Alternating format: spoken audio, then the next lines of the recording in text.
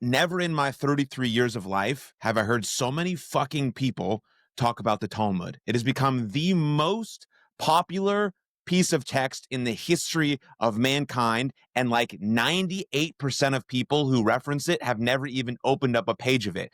I've never read it. It's a very complicated piece of literature. There's like 32 volumes or something like that. It's a bunch of debates and ethics and customs and all these types of things, which you're going to get into.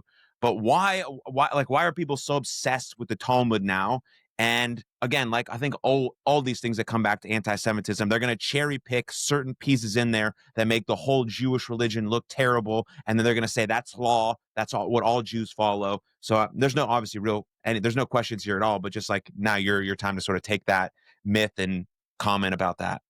Yeah, so it's kind of like an inception of conspiracy theory when it comes to the Talmud, which is people have this conspiracy theory that Jews are some secret cabal and that we're making deals in the back rooms and that we're all talking to one another so we all get on the same page and then we control the weather. That's one of like the more basic level stupid conspiracy theories.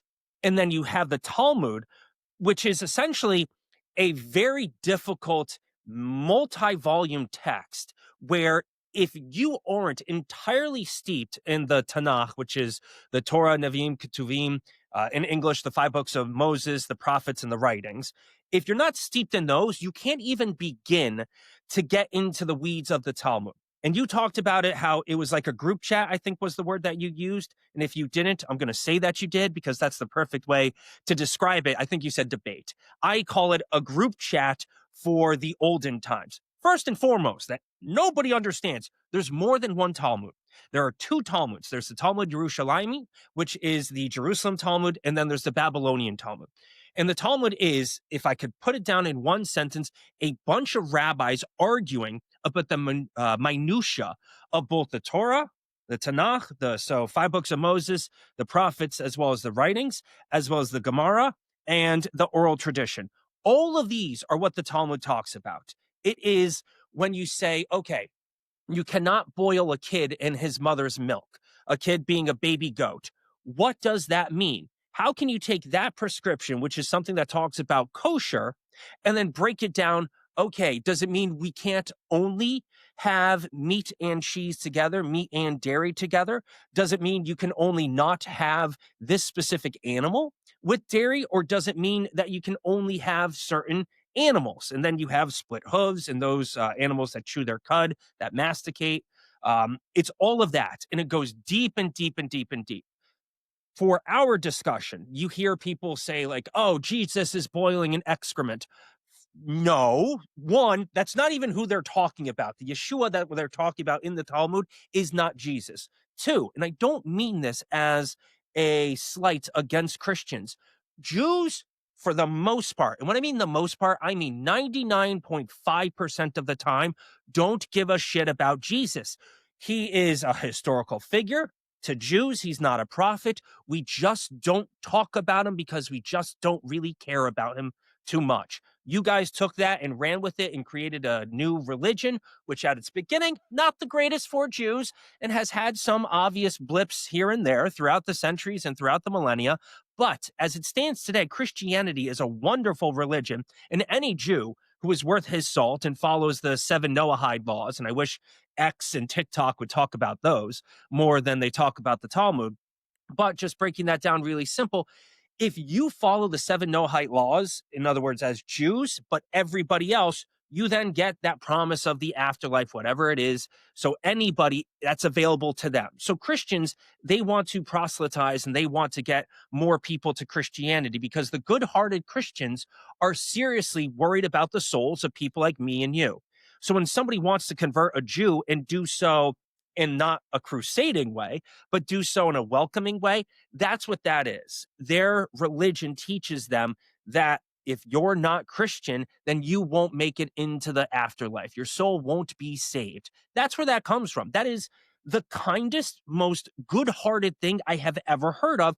It's just not for us because we also have that. We also have, if you don't do these 7 things, or you do, I think it's 3, and then don't do a couple of the others, if you abide by those, you're solid. And it's stuff like treating animals kindly. Like it's really basic stuff.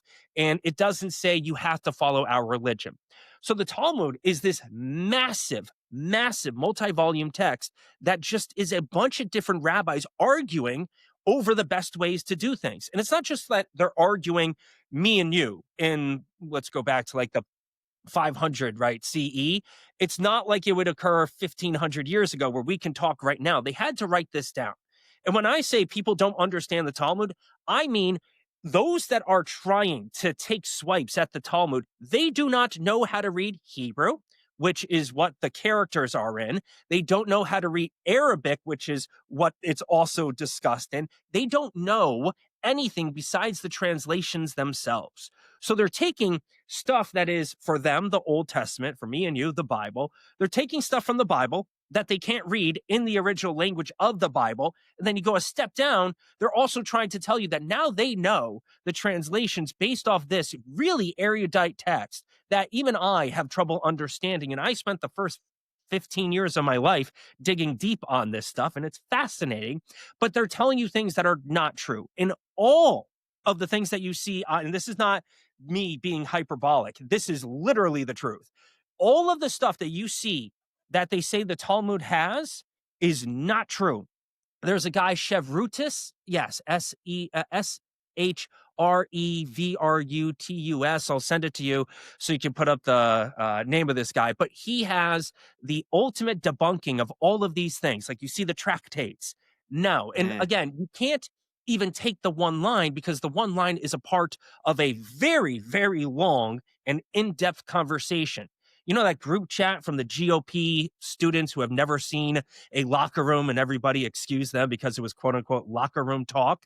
Imagine that times 10,000. That's what the Talmud is. And what they're doing is taking that one line completely out of context and not mentioning the fact there's probably six other rabbis saying that's a stupid thought. Here's why it's stupid. And here you go. They're much nicer than that, although they can really get down and dirty in the Talmud, kind of yelling at each other. But that's what it is. So every single time that you see that, just know it's not true. And if you want to ask somebody what is actually this tractate, this portion of the Talmud talking about, don't go to a groiper or somebody that has Christian nationalist in their Bible. I promise you, they cannot read the actual language that it's in. And guess what? If you need to know the Talmud, go to an actual rabbi. They will gladly, and I mean gladly, tell you what is going on. And when I say it's super in depth, if you take one line of Talmud and you spend 90 minutes in a class, right, with 8 people, you won't get past that one line. And in fact, you probably won't finish the discourse. Seriously. This is how difficult it is because you have to take every single argument that they're discussing on this one line and see how that entire argument came into being and came a part of our traditions and our religion.